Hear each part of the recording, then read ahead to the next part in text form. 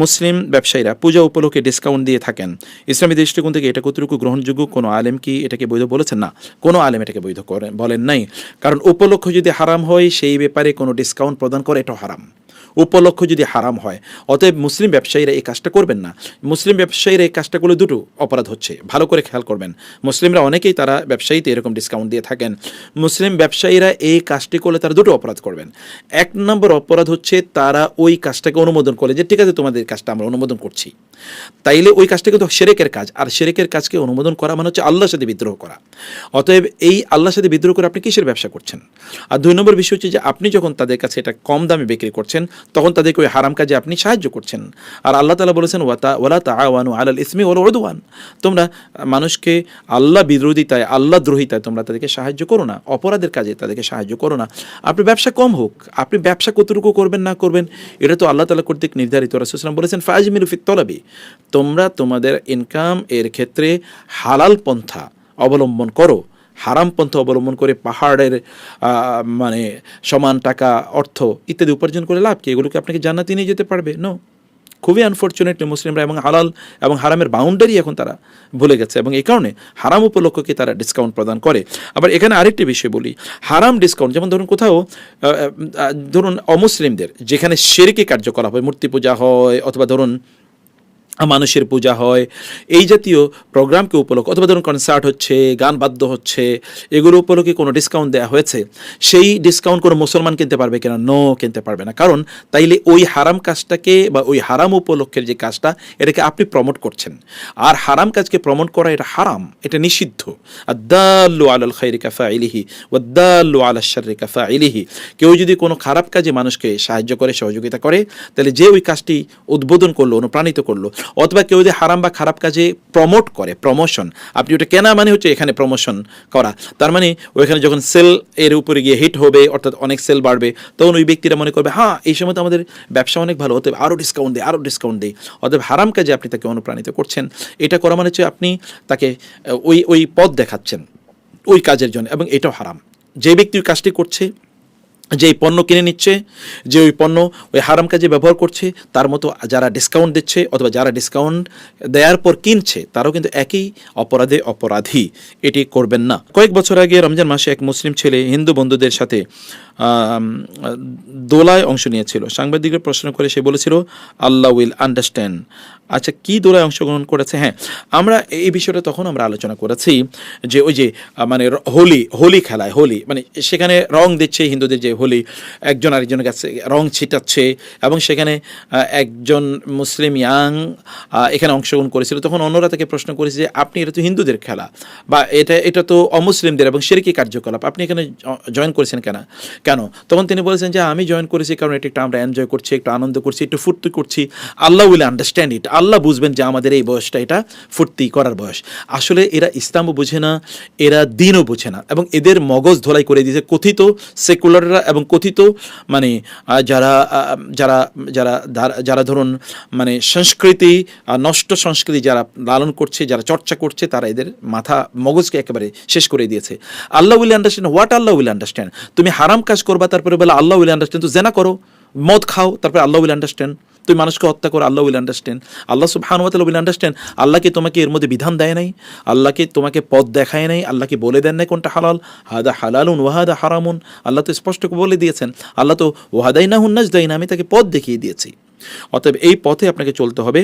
এই কোনো হারাম কাজ করে আল্লাহ উইল আন্ডারস্ট্যান্ড বলে হারাম কাজ করে, এটা একটা ধৃষ্টতা, আল্লাহ তাআলার প্রতি একটা এক ধরনের মানে বিদ্রোহ প্রদর্শন করা, স্পর্ধা প্রদর্শন করা। এমনিতে কাজটি অপরাধ, আবার ওই অপরাধটাকে সে হালালের মোড়কে উপস্থাপন করতে চায়, উপহাসের মোড়কে উপস্থাপন করতে চায়। এটা খুবই খারাপ। এই জাতীয় চিন্তা চেতনা থেকে আমাদেরকে অবশ্যই বের হয়ে আসতে হবে। আচ্ছা, এর উপর ভিত্তি করে দুটো প্রশ্ন। একটা হলো যে মুসলিমদের মানে অমুসলিমদের ধর্মীয় অনুষ্ঠানে মুসলমানরা অংশগ্রহণ করা কতটুকু শরিয়া সম্মত? এটা হারাম। অমুসলিমদের কোনো ধর্মীয় অনুষ্ঠানে যেখানে শিরক হয়, কুফরি হয়, যেখানে আল্লাহ তাআলার বিরোধিতা হয়, আল্লাহর দ্বীনের বিরোধিতা হয়, এই জাতীয় কোনো আয়োজনে মুসলমানদের অংশগ্রহণ করা, এটাকে সাপোর্ট করা, এটাকে পাহারা প্রদান করা, ইত্তকার করা, পুরোটাই হারাম। 100 ভাগ হারাম। এখানে 1 ভাগ হালাল হওয়ার কোনো সুযোগই একেবারে নাই। কারণ কি? 1 নম্বর কারণ হচ্ছে যে আপনি যখন এখানে যখন আপনি অংশগ্রহণ করেন, তখন আপনি অনুমোদন করলে যে হ্যাঁ এই কাজটাতে আমি মানে আমি এটাকে অনুমোদন করছি বা আমি এটাকে মেনে নিচ্ছি বা এটার ব্যাপারে আমার কোনো অভিযোগ নাই, অথচ আল্লাহর সাথে আল্লাহ তাআলা বলেছেন যে লোকেরা তাকাদুস সামাওয়াতু ইয়াতাফাত্তারনা মিনহু ওয়া তানশাক্কুল আরদু ওয়া তাখিরুল জিবালু হাদ্দা আন দাউ লিররহমানি ওয়ালাদা। আল্লাহ বলছেন তাকাদুস সামাওয়াতু ইয়াতাফাত্তারনা, মনে হচ্ছে যেন আসমান চৌচির হয়ে যাবে, এবং ওয়া তানশাক্কুল আরদু, জমিন যেন চূর্ণ বিচূর্ণ হয়ে যাবে, ওয়া তাখিরুল জিবালু, এবং পাহাড়গুলো যেন একেবারে ধুলায় তুলায় মানে এটাকে মানে রূপান্তরিত হয়ে যাবে। কারণ কি? আন্দাউলির রহমানি ওয়ালাদা, কারণ তারা আল্লাহর সাথে শিরক করছে, বলছে যে আল্লাহ সন্তান আছে। এই কারণে এগুলো কাঁপতে থাকে, আসমান কাঁপতে থাকে, জমিন কাঁপতে থাকে, পাহাড় কাঁপতে থাকে। আল্লাহ তাআলা বলছেন আর আমরা ওইখানে যাচ্ছি সেগুলো দেখার জন্যে, অথবা সেগুলো সাপোর্ট দেওয়ার জন্য, সেগুলো পাহারা দেওয়ার জন্যে, অথবা সেগুলো উপভোগ করার জন্যে। এটা মানে কি আমি এটাকে অনুমোদন করছি? আর আপনি জানেন যে ঈমানের অন্যতম প্রধান দাবি হচ্ছে খারাপকে কি করা, বাধা দেয়া বা নিষেধ করা, অথবা সেটাকে অন্তর থেকে ঘৃণা করা। কোনো মানুষ যদি সেখানে যায় এবং সেটাকে সে মানে এনজয় করে বা সেটাকে দেখে, এবং তার অন্তরে এটার ব্যাপারে কোনো মানে ঘৃণা থাকে না, ক্ষোভ থাকে না, ক্রোধ থাকে না, এবং ইব্রাহিম আলাইহিস সালামের মতো এরকম এর প্রতি তার মানে ইয়ে থাকে না, মানে বিদ্রোহ থাকে না, তাইলে তো ওইটাকে অনুমোদন করলো।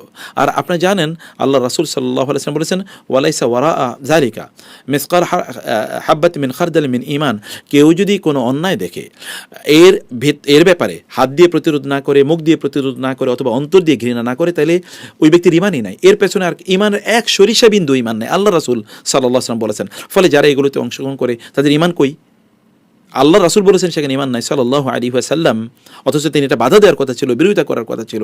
এবং 2 নম্বর বিষয় হচ্ছে যে ওমর রাদিয়াল্লাহু তাআলা বলেছেন যখন এখানে শিরক হয় তখন ওইখানে আল্লাহর গজব পড়তে থাকে, ফলে যারা ওইখানে যাচ্ছে তারা সবাই আল্লাহর গজবের উপযুক্ত হয়ে যাচ্ছে। আপনারা এগুলোতে অংশগ্রহণ করার কোনো সুযোগ নাই। এরপরে ঈমানের উপর কী প্রভাব পড়বে আমরা বলেছি।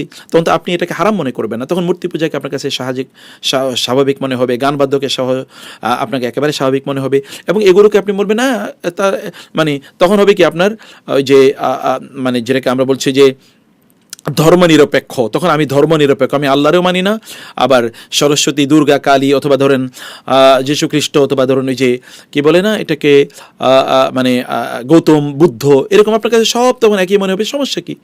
আমরা আল্লাহর ইবাদত করি, ওরা এটার পূজা করে, কোনো সমস্যা নেই। অথচ আল্লাহ রাসূল সাল্লাল্লাহু আলাইহি ওয়াসাল্লাম বলেছেন আল্লাহ তাআলা আমাকে পাঠিয়েছেন আমি যেন মানে মূর্তির বিরোধিতা করি এবং মূর্তি যেন ভেঙে ফেলি।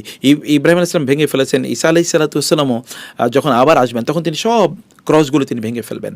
আমরা বলছি না যে আপনার মূর্তি ঘরে ঢুকে মূর্তি ভেঙে ফেলুন, অথবা অন্যদের পূজার আসরে অথবা তাদের উপাসনা আলোয় গিয়ে সেগুলো ভেঙে ফেলুন, সেটা আমরা বলছি না। কিন্তু আপনি সেখানে ঈমানের যদি ছিটে ফোটো আপনার মধ্যে থাকে সেখানে আপনি যাওয়ার কোনো সুযোগ আপনার মধ্যে নাই। আচ্ছা, বলেছেন যে পূজার সময় জাদুকররা নতুন করে জাদু শুরু করে বলে শোনা যায়।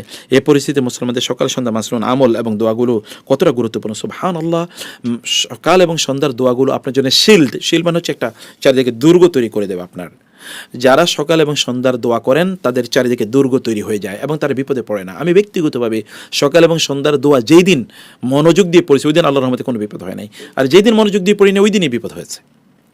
এবং আমার ব্যক্তিগতভাবে একবার আমি সন্ধ্যায় ওই যে আউযু বিল্লাহি ওয়া কুদরাতি মিন শাররি মা আজিদু ওয়া হাদির, অথবা ধরুন বিসমিল্লাহিল্লাযী লা ইয়াদুররু মা ইসমিহি শাইউন ফিল আরদি ওয়া লা ফিস সামাই ওয়া হুয়া সামিউল আলিম, এই যে এরকম যে দোয়াগুলো, এরকম একবার আমি সন্ধ্যায় এরকম দোয়াটা পড়লাম না। তো এটা যখন আমি পড়লাম না তখন কি হয়েছে যে আমি একবার বিপদে পড়ে আমার কিন্তু পা ভেঙে গেছে, তাই না? এটা হতে পারে। আপনি সেই কারণে রাসূলুল্লাহ সাল্লাল্লাহু আলাইহি ওয়াসাল্লাম যে দোয়াগুলো আমাদেরকে শিখিয়ে দিয়েছেন সেই দোয়াগুলো আমাদের সকাল এবং সন্ধ্যায় এগুলো আমাদের পড়া দরকার। এটা চারিদিকে আমাদের দুর্গ তৈরি করে দেবে ইনশাআল্লাহ। কালী পূজার সময় জবাই করা ছাগল সম্পর্কিত প্রশ্নগুলো। হিন্দুদের কালী পূজার সময় বলি দেয়া ছাগলের মাথা অথবা অংশ বিশেষ বাজারে বিক্রি হয়। কোনো মুসলিম যদি না জেনে সেই অংশ কিনে খেয়ে ফেলে তাহলে কি সেটা হালাল হবে কিনা? যদি জেনে শুনে কেউ সেই কালী পূজার জন্যে বলি দেয়া পশুর মাংস খায় তাহলে শরীয়তের দৃষ্টিতে তার হুকুম কি? এই ধরনের পরিস্থিতি সাধারণ মানুষ হিসেবে আমাদের করণীয় কি?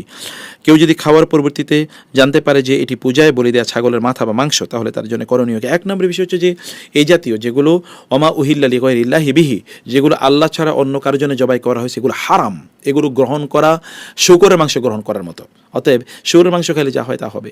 তাহলে কোনো একজন ব্যক্তি যদি না জেনে খান তাহলে তিনি তওবা করবেন আল্লাহর কাছে, আল্লাহ ক্ষমা করে দেবেন। কেউ যদি জেনে খান তাহলে তিনি কবিরা গুনাহ করছেন, তাহলে তাকে আবার মানে আল্লাহর কাছে তওবা করতে হবে এবং তাকে আল্লাহ সুবহানাহু ওয়া তাআলার কাছে ক্ষমা চেয়ে নিতে হবে।